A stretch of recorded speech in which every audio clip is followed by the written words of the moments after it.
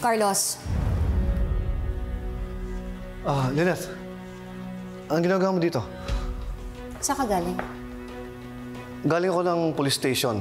Nag-follow up lang ako ng report ko.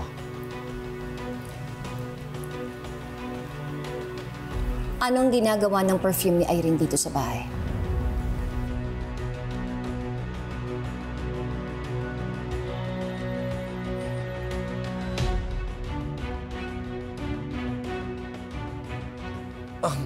Hindi ko alam. Hindi mo alam? Hindi mo alam kung paano napunta yung pabango ni Irene dito sa bahay natin? Hindi ko nga alam. Tatanungin kita ulit. Paano napunta yung pabango ni Irene sa CR natin? Paano nakasigurado na kay Erin yan? Dahil nakita ko na hawak-hawak na ito. At alam ko ang amoy ng babaeng yun.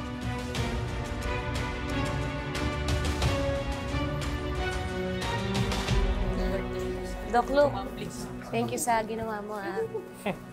Thank you for letting me do it. It just feels good to make people happy. Ay, pero Doc ha, sa susunod, magsasabi ka pag pupunta ka ulit ng city jail. Anong pupunta ulit? Dok, huwag ka nang bumalik doon. Ay, oh, mabuti pa. Kasi baka mamaya, pumatik na naman si Madam Lotus. Kayo naman, mabait naman si Madam Lotus eh. Ah! Mabait! Dok, hinostage tayo nun, di ba? At saka kriminal pa rin yun, Doc. Kaya nga wala siyang pakialam kay may damay, kung may mamatay na mga tao. Oh, edi pareho pala sila ni Ma'am Moira. Yun nga lang, buti to si Ma'am Moira, consistent siya na maldita ever since, di ba? Masama siya sa atin. Unlike ito si Madam Lotus, nasa loob yung kulo. Parang titignan mo, parang mabait eh. Hindi pala. Parang si Doc Carlos. Oh, Uy, ano ba? Ba't nadamay si Doc Carlos dito? oh, ano bang connect niya? Eh, di ba sabi niyo sa akin, na-call out siya ni Ma'am Giselle kasi muntik siya makipag-away dun sa jail guard na babae. Muntik niya pang saktan eh. Eh di parehas lang sila. Mukhang mabait si Doc Carlos pero may ganun din pala. Hoy, Doc Ken, shut up ka na lang. Ang dami mong sinabi. Di mo naman kilala si Doc Carlos. Mabait kaya yun. Di ba, ano, Lin?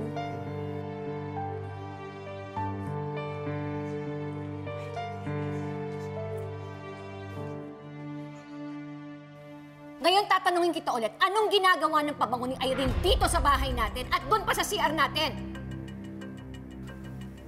Baka nung nag-lunch tayo, di ba kasama siya, baka naiwan niya. Alam mo, Carlos, imposible yung sinasabi mo eh. Kasi pagkatapos natin mag-lunch dito, pagkatapos ng ilang araw, nagkita kami sa ospital ni Irene. Nagkabanggaan kami na hulog itong pabango niya, kaya ayan, no, may gasgas nga eh. Kaya alam kong kay Irene ito. Ano ba talaga ang nangyari dito, ha? Niloloko mo ba ako? May nangyayari ba sa inyong dalawa? Lynette, wala. Hindi kita niloloko. Lynette, mahal na mahal kita. Hindi ako nagsisinungaling sa'yo. At walang nangyayari sa amin ni Irene. Sige. May isa pa akong tanong sa'yo.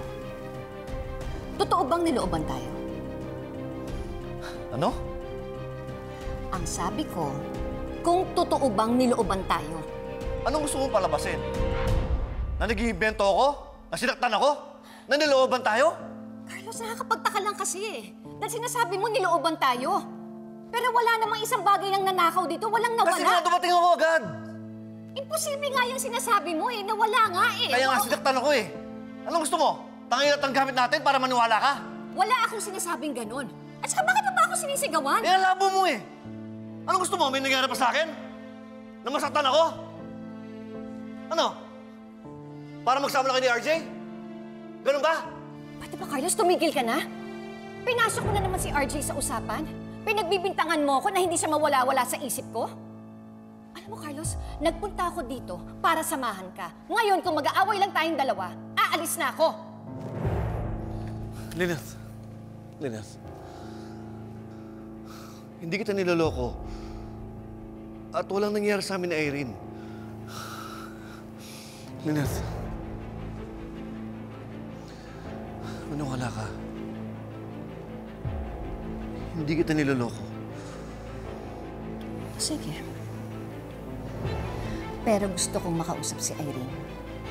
Ibigay mo sa akin ang cellphone number niya. Gusto ko siyang tawagan. Sige.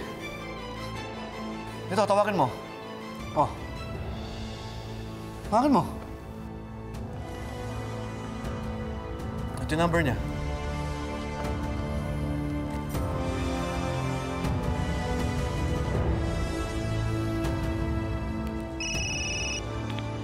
The number you have dialed is either unattended or out of coverage area. Cannot be reached si Irene. Lilith. Wala na akong gusto sabihin sa'yo. Pero wala pa akong proof eh. Sa tingin ko, si Irene ang nagdoob sa atin. Ano? Makarami tayo, pre. Oh, buti wala pang tao. Tara na. Tayo mauuna. Yun, oh. Mantiba-tiba tayo dito, ah. Totoo, pre, oh. Yun.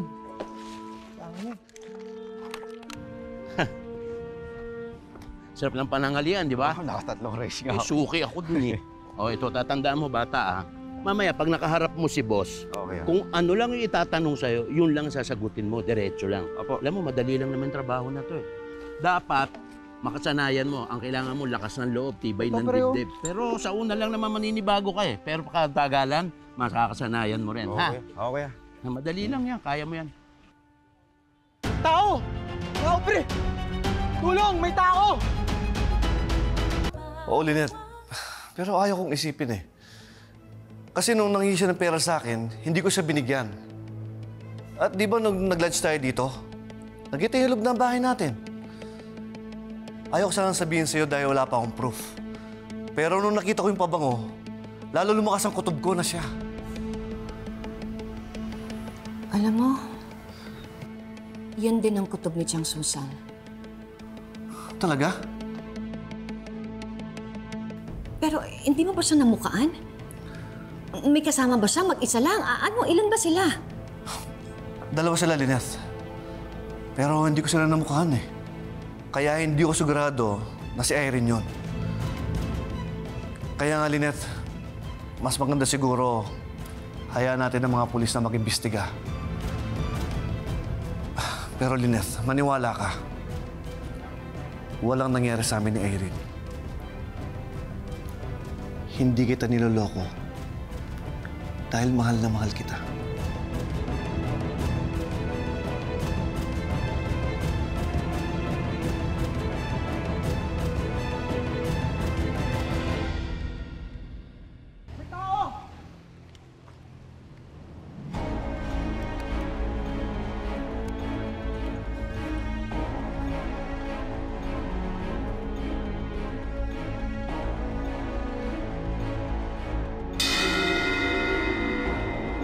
Kuya Boy pa to. Humingi kayong tulong. Please?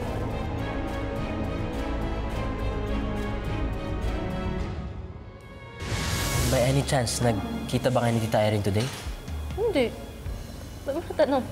May sked kasi kami ng photoshoot ngayon. Tinatawagan ko siya, tinetext ko siya, pero hindi ko siya ma-reach. Ba't di mo tanungin yung daddy mo? Yun yata yung asawa ni Doc Carlos. Siguro kasabwat ka nung nagnakaw dito kagabi, no? Naku, hindi po ako magnanakaw. Andito po ako para hanapin yung best friend ko, si Irene. Best friend mo si Irene? Nawawala kasi siya eh. Dr. Javier? Doc. What's the rush?